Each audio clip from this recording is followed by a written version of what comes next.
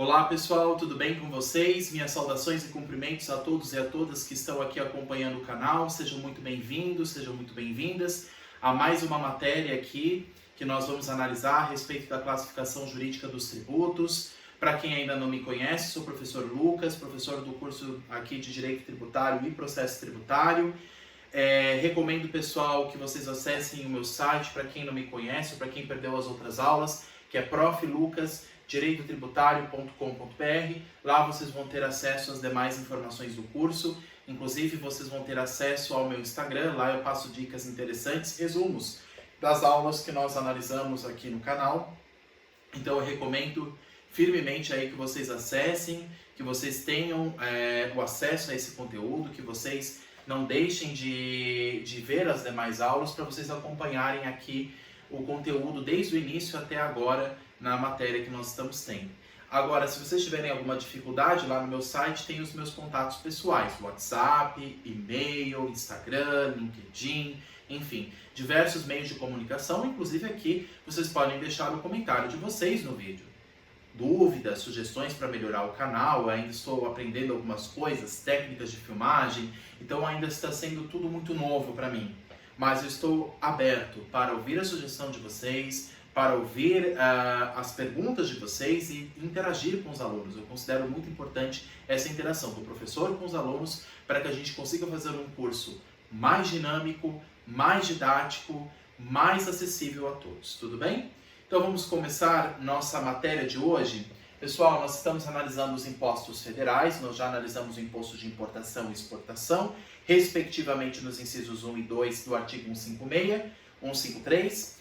E no artigo 153, continuando aquele rol extenso de impostos federais, nós temos logo em seguida, depois do imposto de importação e exportação, o famoso e conhecido nosso imposto de renda. Todo ano, todo mundo encara este daqui, que é o imposto de renda, o famoso imposto com aquele carnê-leão, né? O famoso, a declaração para o leão, para a Receita Federal. Todo mundo conhece ou já ouviu falar, obviamente, no imposto de renda, um dos impostos mais famosos e conhecidos, tá? Então nós vamos analisar esta espécie tributária e aqui nós vamos analisar os dois tipos de impostos, pessoal. Imposto de renda para pessoa física, que é o chamado IRPF, que é o que nós geralmente temos mais acesso, todo ano a declaração do imposto de renda da pessoa física, o chamado IRPF, mas nós também vamos analisar hoje o IRPJ, o imposto de renda da pessoa jurídica. Nós vamos ver a diferença que existe entre esses dois impostos, como é que é feita a apuração para esses dois tipos de impostos, mas ambos têm a mesma regra matriz na essência e a mesma disciplina que o artigo 153, inciso 3º da nossa Constituição Federal. Vamos lá, pessoal. Quando a gente fala de imposto de renda, pessoal, em que a gente precisa analisar aqui? Trata-se de um tributo com finalidade arrecadatória, ou seja, finalidade fiscal. O que isso significa? O imposto, uma vez recolhido, ele vai ser destinado para financiar as atividades do Estado. Quando o governo federal, a União, através do seu órgão, que é a Receita Federal do Brasil, ela arrecada o imposto de renda, seja da pessoa física ou jurídica, a finalidade desse imposto é apenas arrecadatória. Ele não é um imposto extra fiscal como nós estamos analisando, por exemplo, do imposto de importação, exportação, como vamos ver também no caso do IPI, do IOF. Imposto de renda, ele é um imposto fiscal. A União, quando ela arrecada esse imposto, ela vai destinar essa verba que ela arrecada de cada contribuinte, seja de pessoa física ou jurídica, para financiar os cofres públicos. E, por sua vez, esses cofres, abastecidos pelo imposto de renda, eles vão ser destinados, essa verba, esses recursos, essa receita, vai ser destinado para financiar as diversas atividades do Estado. Atividades de segurança pública, de saúde, de educação, nos diversos setores que o Estado presta. Então, a finalidade da arrecadação do imposto de renda é apenas fiscal, que poderá incidir, como nós sabemos, sobre o rendimento das pessoas físicas, como eu falei para vocês, o IRPF, ou das pessoas jurídicas, o IRPJ. É claro que são contextos muito diferentes.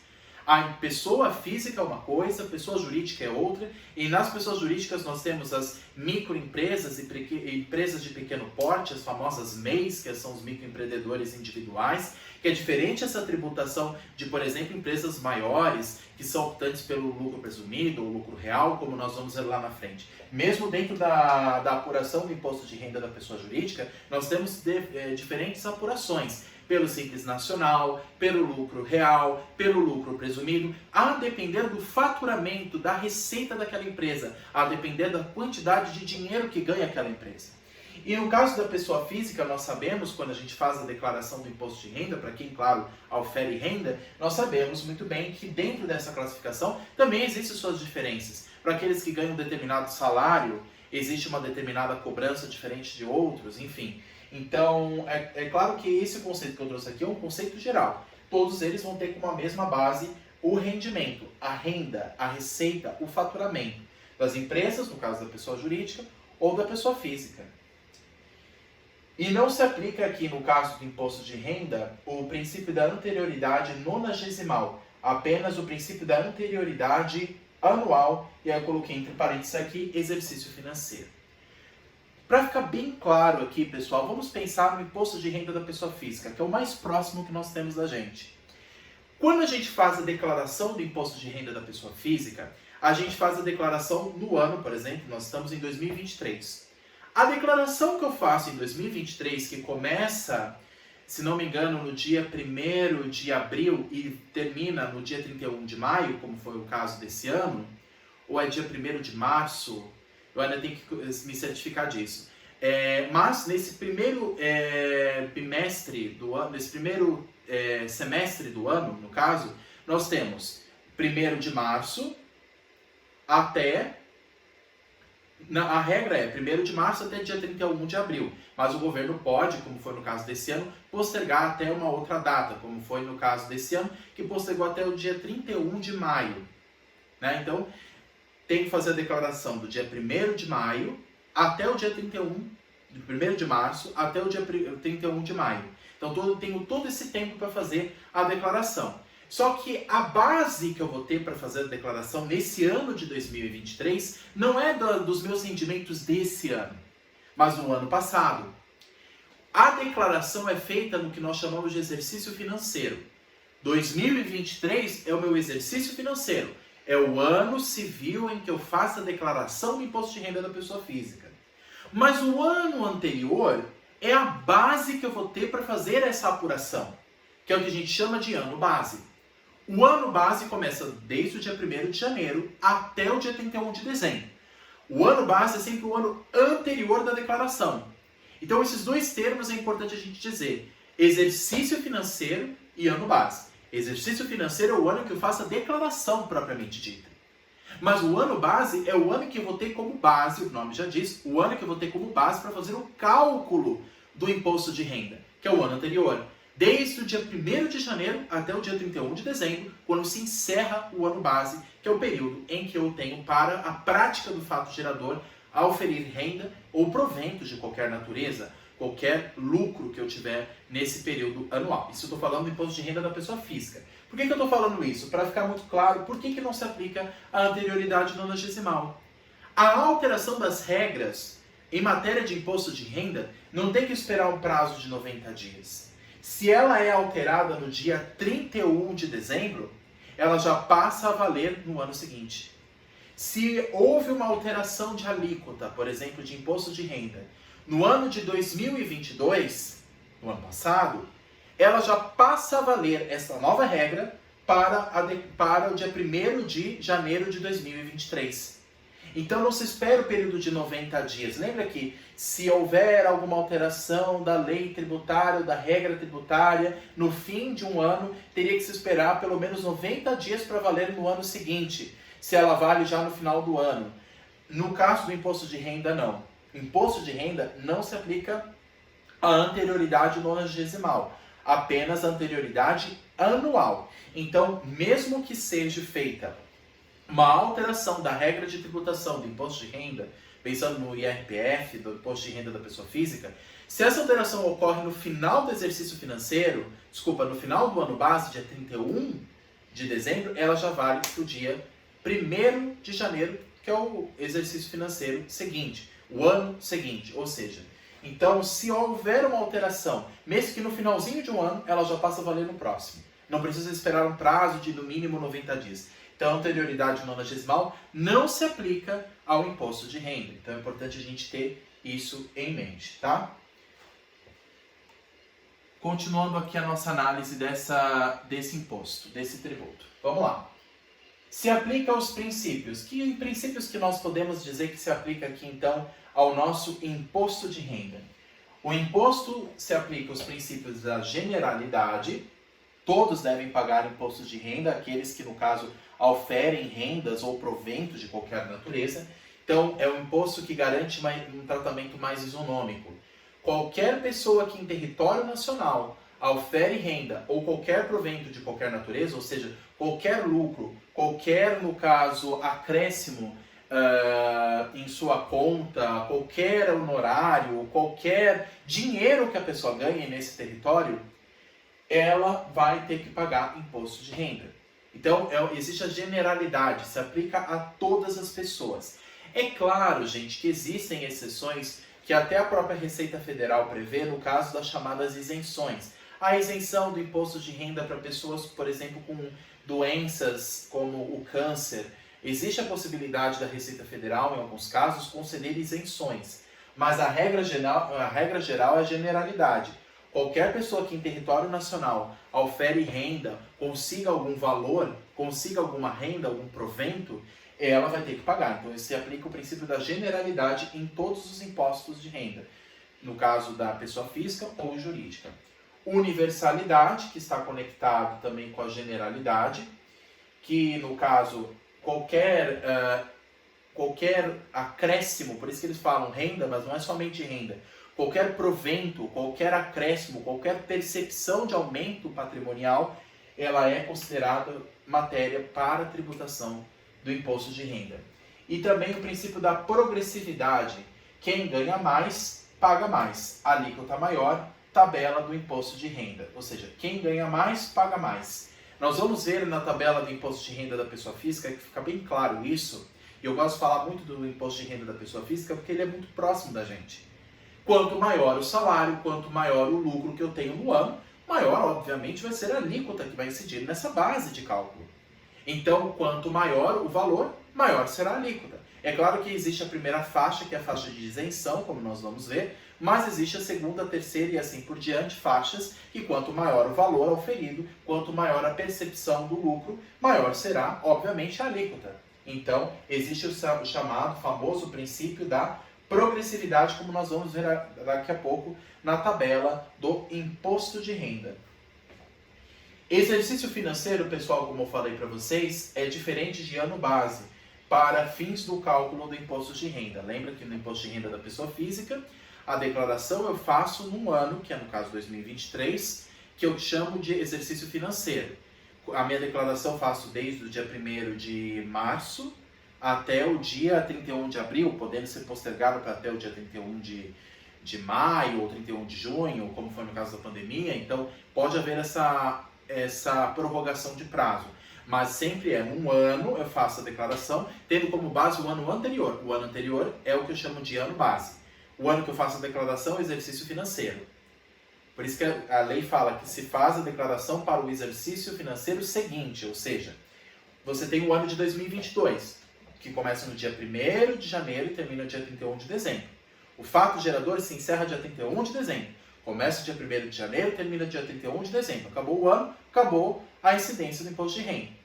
Todo esse período vai ser a base de cálculo para que se faça a apuração no ano seguinte, que é o exercício financeiro. Então, o ano base é o ano que antecede, e o exercício financeiro é o ano seguinte, o ano civil seguinte, em que se faz a declaração da renda ou de qualquer provento que se tenha percebido, qualquer lucro que se tenha percebido no patrimônio.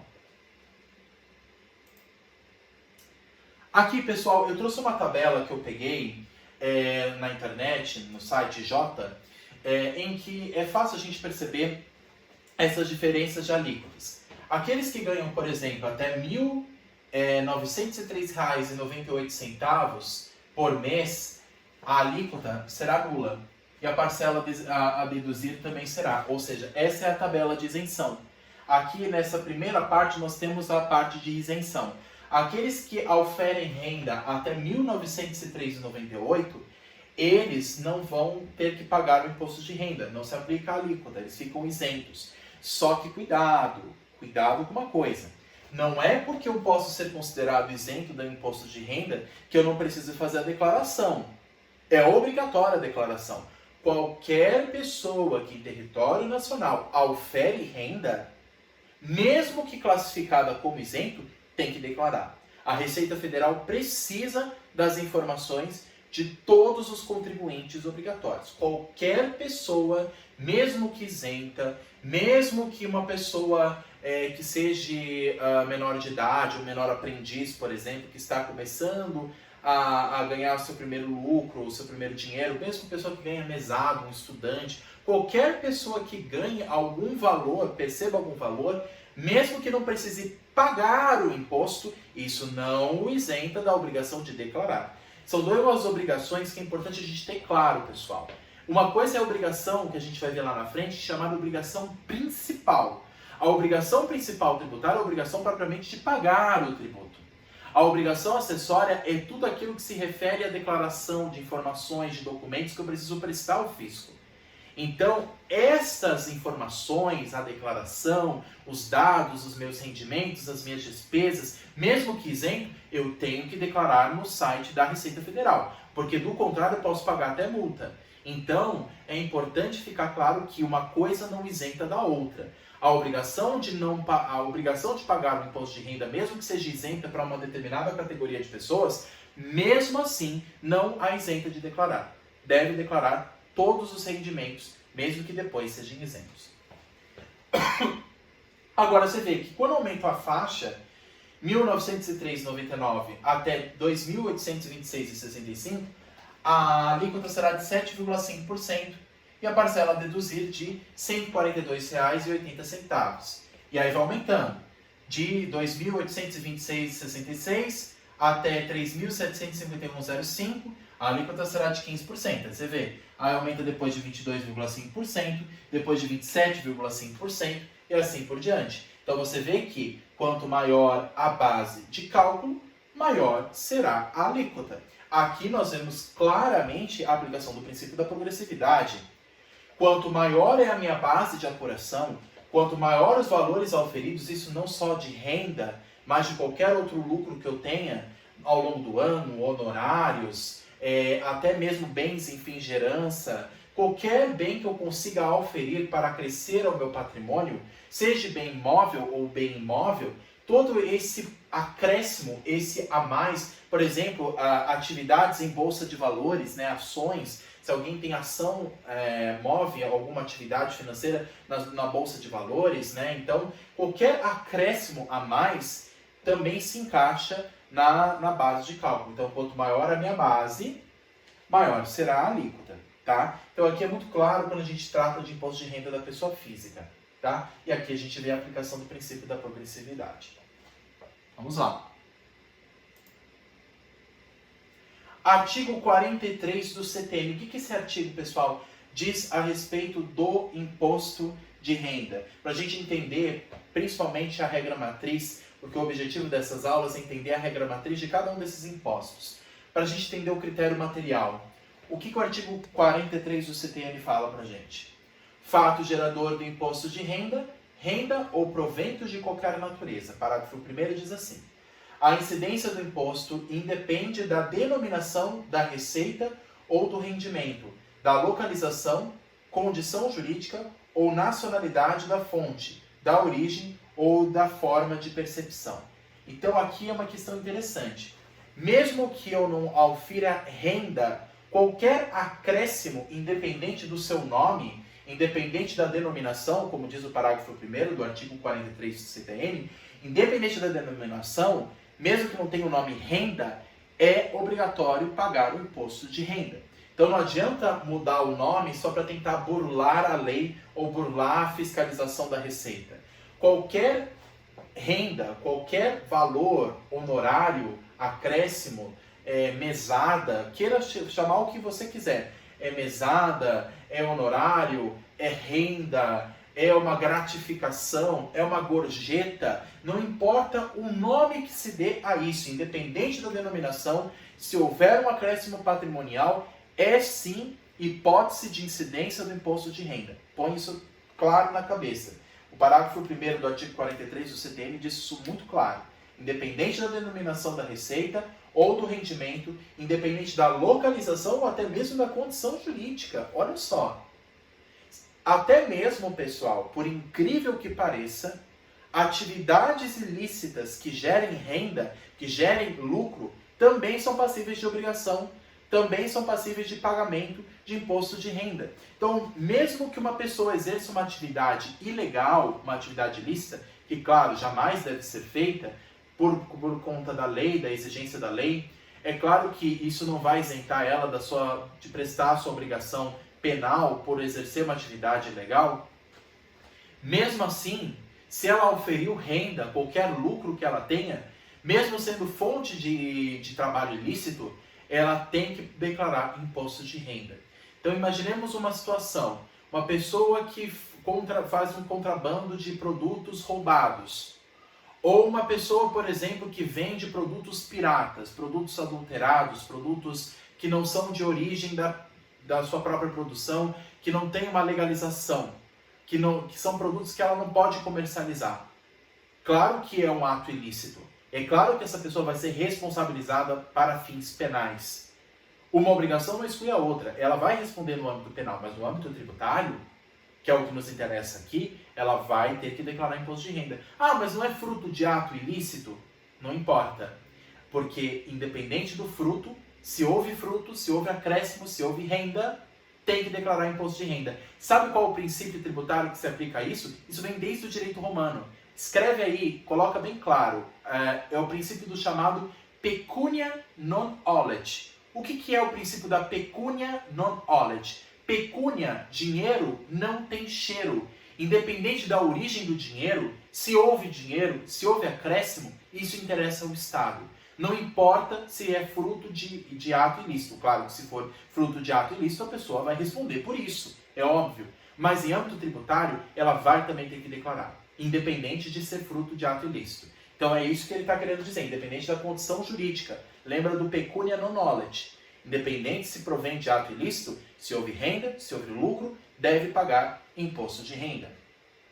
Independente da nacionalidade, então se eu aufiro algum valor, mesmo estando eu em território nacional, vamos supor que eu trabalho para uma multinacional, e essa multinacional, vamos supor uma multinacional coreana, trabalho numa empresa sul-coreana, esse dinheiro vem de lá, em moeda estrangeira, e entra no Brasil. Não importa se vem lá de fora. Se eu oferir renda aqui em território nacional, morando no Brasil, eu tenho que declarar imposto de renda. Mesmo até não sendo cidadão brasileiro. Então vamos imaginar um coreano, um sul-coreano, que trabalha para uma empresa sul-coreana que tem uma das suas filiais aqui no Brasil. Então ele ganha dinheiro de lá da empresa que sai da Coreia do Sul, dinheiro, e vem para o Brasil.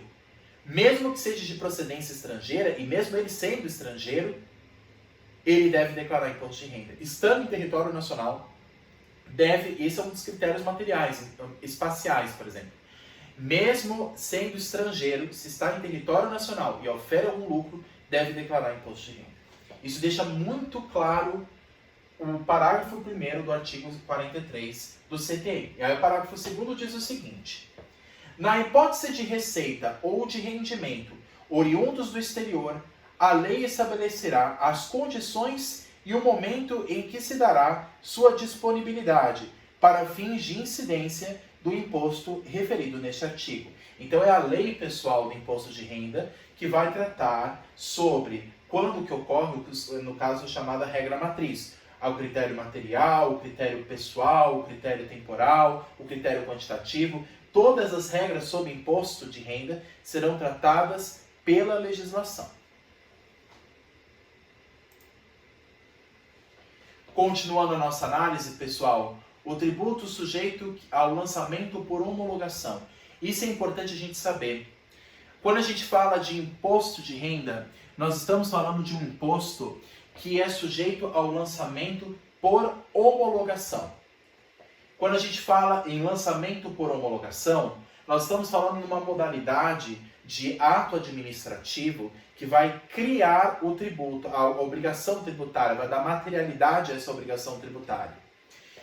Lembra que eu falei para vocês do artigo 3º do CTN, que o artigo 3º é o artigo que fala sobre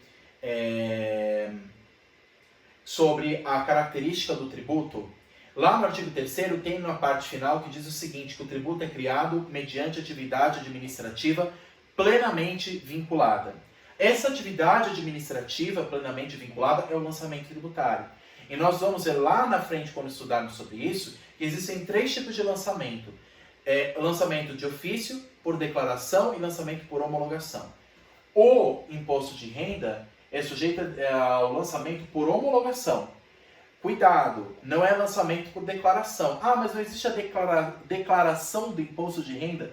Mesmo havendo esse nome, declaração, o lançamento que se faz a respeito do imposto de renda é por homologação. E quem diz sobre isso é o artigo 150 caput do CTN. O que ele fala a respeito desse lançamento? O lançamento por homologação que ocorre quando aos tributos cuja legislação atribua ao sujeito passivo o dever de antecipar o pagamento sem prévio exame da autoridade administrativa.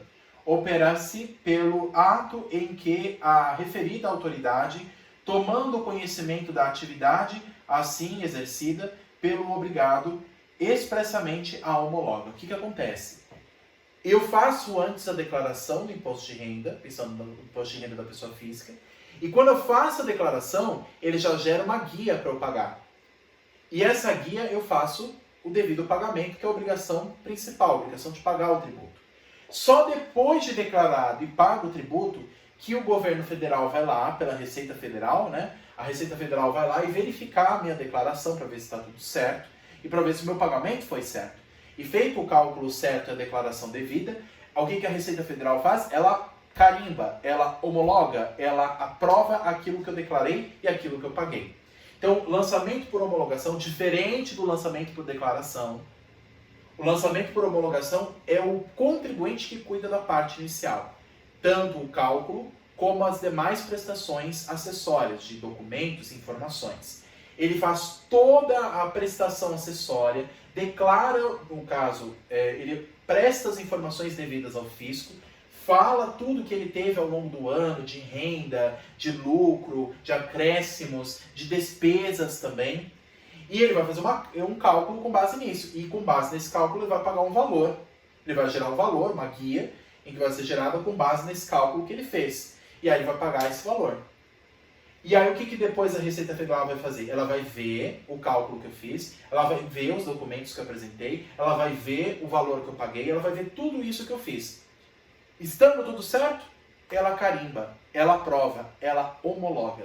Então, o tributo, no caso que estamos falando aqui, que é o imposto de renda da pessoa física ou jurídica, ele é lançado por lançamento de homologação. O lançamento por homologação, que tem como base o artigo 150 caput do CTN, é com base nele que nós vamos ter o lançamento do tributo, no caso do imposto de renda.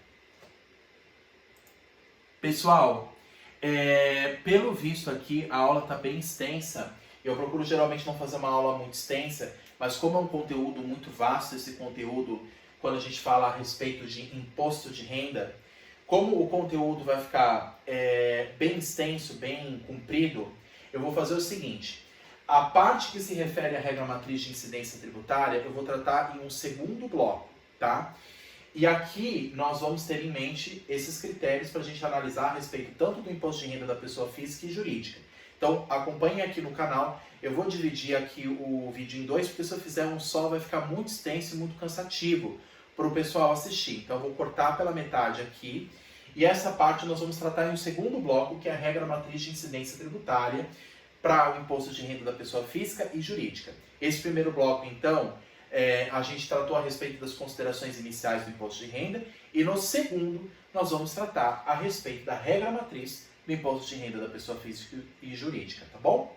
Então fica combinado assim, pessoal, para não ficar muito extenso a aula, então a gente deixa essa segunda parte para um próximo bloco, tá bom? Muito obrigado a todos, pessoal, e até a próxima!